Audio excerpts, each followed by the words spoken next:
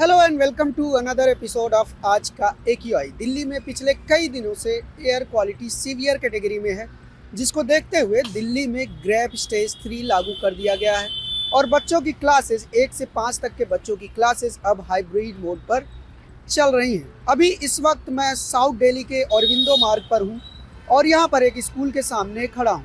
यहाँ के सबसे नज़दीकी AQI मॉनिटरिंग स्टेशन के मुताबिक यहाँ पर AQI 433 है DPCC के मुताबिक, और PM 2.5 की वैल्यू 418 और PM 10 की वैल्यू 433 है। और ओवरऑल एयर पोल्यूशन के क्वालिटी की बात करें तो वह हैजर्डस कंडीशन में है, जबकि IQ एयर के मुताबिक यहाँ पर AQI 537 है और PM 2.5 की वैल्यू 344। यानी कि जो DPCC डेटा हमें बता रहा है AQI का, वह डेटा कम है IQ एयर के मुताबिक।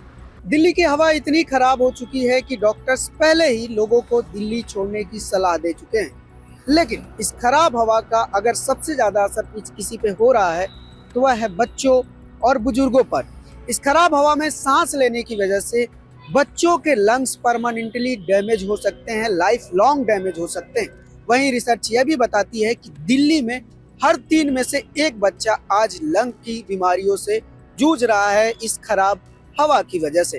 वहीं एक रिसर्च यह भी बताती है कि जो बच्चा US में है, वह जब US की हवा में सांस ले रहा है और जो बच्चा दिल्ली में सांस ले रहा है, उन दोनों के फेफड़ों में अगर तुलना की जाए तो दिल्ली के जो बच्चे हैं उनके फेफड़े यानी कि लंग्स छोटे होते हैं। यानी कि अमेरिका की तुलना में दिल्ली के बच्चों का लंग्स कम डेवलप हो रहा है। यह इस एयर क्वालिटी का इम्पैक्ट दिल्ली के बच्चों पर पड़ रहा है। दिल्ली की खराब होती हवा को लेकर हम लगातार रिपोर्ट कर रहे हैं।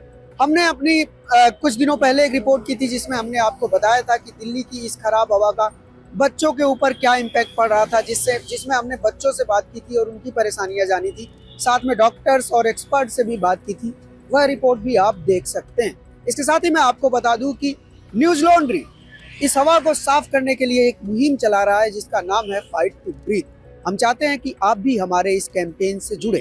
हमसे जुड़ने के लिए आप स्क्रीन पर दिए गए QR कोड को स्कैन जरूर करें।